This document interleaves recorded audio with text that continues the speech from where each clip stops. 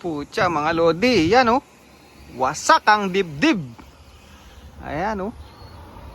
Sumalpok ba siya o napalkon? Yan, wasak ang dibdib. Ayan oh. Anak ka ng pusa! Ang laki ng pusa dito sa New Zealand mga lodi. Ayan oh. Nakakapanik na dito sa trapdoor natin. Ano ba ito? Pag minamalas.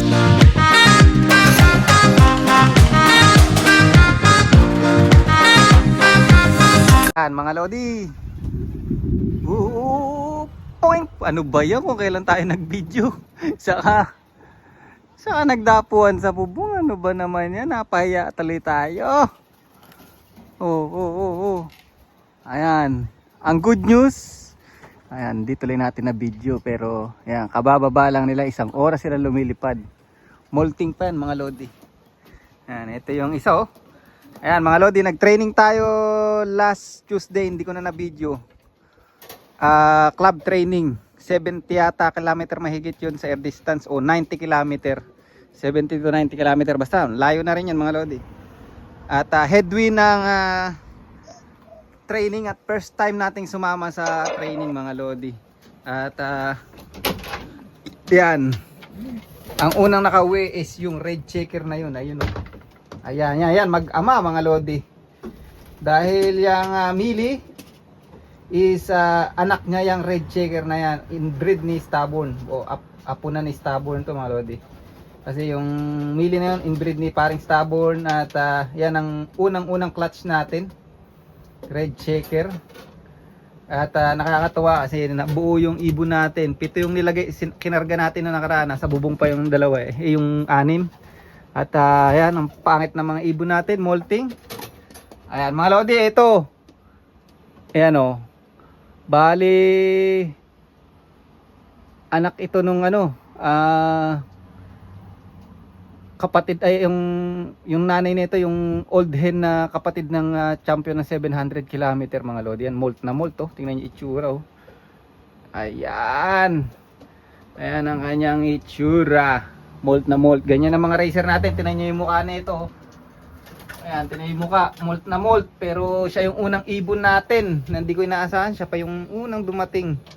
Kasi in-stop ko nga itong pag-training ko rito eh. Pero tingnan mo, siya pa yung naunang umuwi. Ang lupit. Ito, bagong walay lang to mga lodi. Bagong turo natin. Anak naman to nung blue checker white flight pied na bloodline ng 1,200 km na daybird dito sa New Zealand. And then yung red checker anak pa rin ni Stubborn line pa rin. So meron pala nag-comment, paano ko daw masusubukan yung kung malakas talaga yung bloodline Stubborn, kung paano ko daw masusubukan. Ganun. Parang di ko masyado magets, pero ay nagigets ko yung sinasabi niya, pero hindi ko lang ma-explain yan kung paano. Pero ang sinasabi niya, kung mag-i-stick na lang daw ako sa Stubborn line, paano ko daw malalamang malakas ang ibon ko? So, yun nga mga lodi. Ang ang explanation ko ron, gumamit ako ng mga Stubborn line, ikinross ko sa iba. So, siguro hindi niya lang na panood yung ibang vlog natin. So, lahat ng breed ko mga lodi, half Stubborn line, half ibang bloodline na. So masusubukan natin yan sa old bird season. Ayan, dahil yung ililipad ko ngayong young bird halos dalawa lang doon yung breed ko. Kasi nga naalala nyo yung mga first clutch natin mga weak mga lodi, dahil ng mga nagkasakit yung mga gulang, pati yung inakay nagkasakit din, pero nagamot natin. Kaya lang talaga pagka weak is weak talaga. Nakita nyo yung unang toss pa lang natin nawala na yung kapatid ni Kim Cam. Pero ang ganda ng forma ng ibon, kaya lang talaga yung loob pangit, mahina. Ayan. But anyway, ganun talagang buhay. So yung mga na-breed natin mukhang okay naman yan, pero malalaman natin yan sa old bird season. Pero maabangan natin is young bird season na sa Saturday. Yan mga lodi, basketing natin ngayong Friday. But ang bad news ngayon yun ang good news. Maglalagay na tayong microchip bukas, Huwebes. Para Friday ready na sila, babasket na lang natin sila. Sa ibang club pala tayo magjo-join ng race mga lodi. Kasi walang young bird race sa club namin ngayon. Alright. Ayan. lumilipad na naman sila mga lodi. Kasama dyan yung ano, yung wasak yung dibdib. Sana sila nawala. Grabe, hindi ko alam kung ano nangyari dun sa ibon na yun. Ayan. Yan, kasama lumilipad dyan yung wasak yung dibdib. Walang lakas oh. Actually magaling na yung wasak niya. Ayan. Hindi ko lang na-vlog nung nakaraan dahil syempre hindi rin natin mapakita sa video pagkapulahan eh. But okay na siya ngayon, kaya lang basta mamaya pakita ko sa inyo kung ano na itsura. Ang masakit, yung pusa, kitang-kita sa CCTV ko. Nakakapanik na diyan sa sa trapdoor.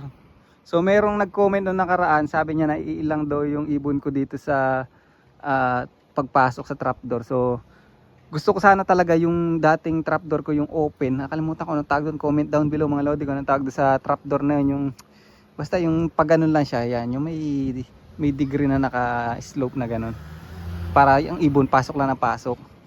Gusto ko sana yung ganun para hindi naiilang yung young bird natin o yung mga ibon natin pagpapasok na sa loob. Kaya lang problema, yung pusa, minsan kasi iniiwan ko na lang na ganyan yan.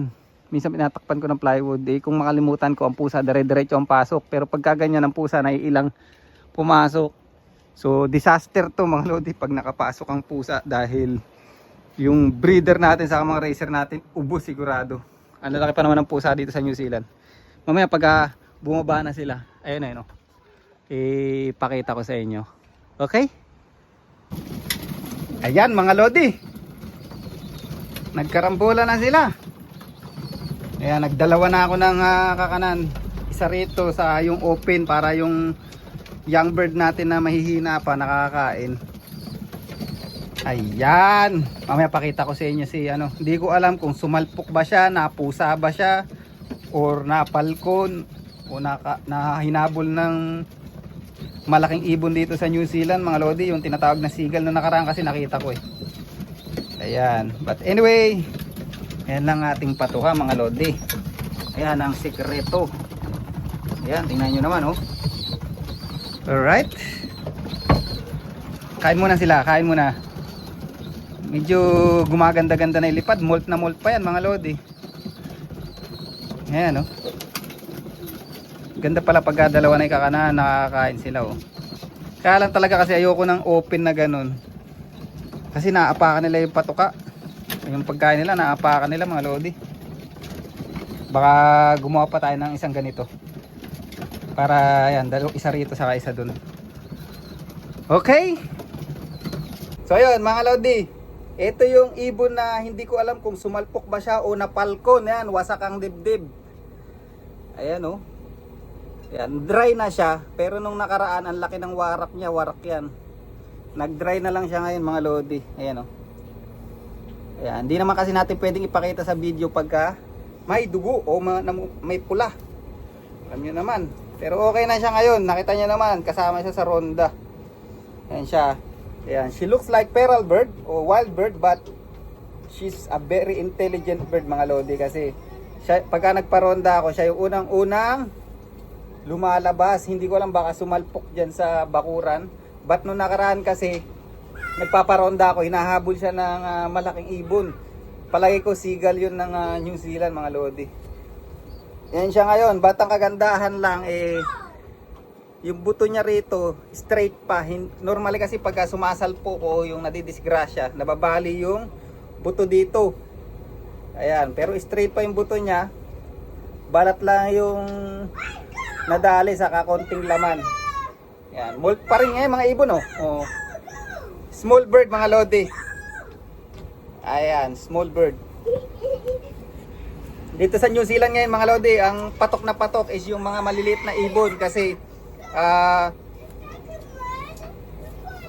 yan, kasi yung nanalo sa 1,200 km na hard race, napakaliit na ibon, nahawakan ko ibon. At walang special yung mukha nung nanalo na yun. Pero pucha, 1,200 km winner, hard race pa. Ayan. So mare-race pa rin natin siya pero sa old bird na. Ayan siya ngayon mga lodi. Okay? So dito ko na lang i-rain yung vlog natin. At maiingay ang ating alaga. Ayan. Okay, thank you. Bye. Pucha mga lodi, yan oh. Wasak ang dibdib. Ayan oh. Pucha, anong nangyari sa ibon na to?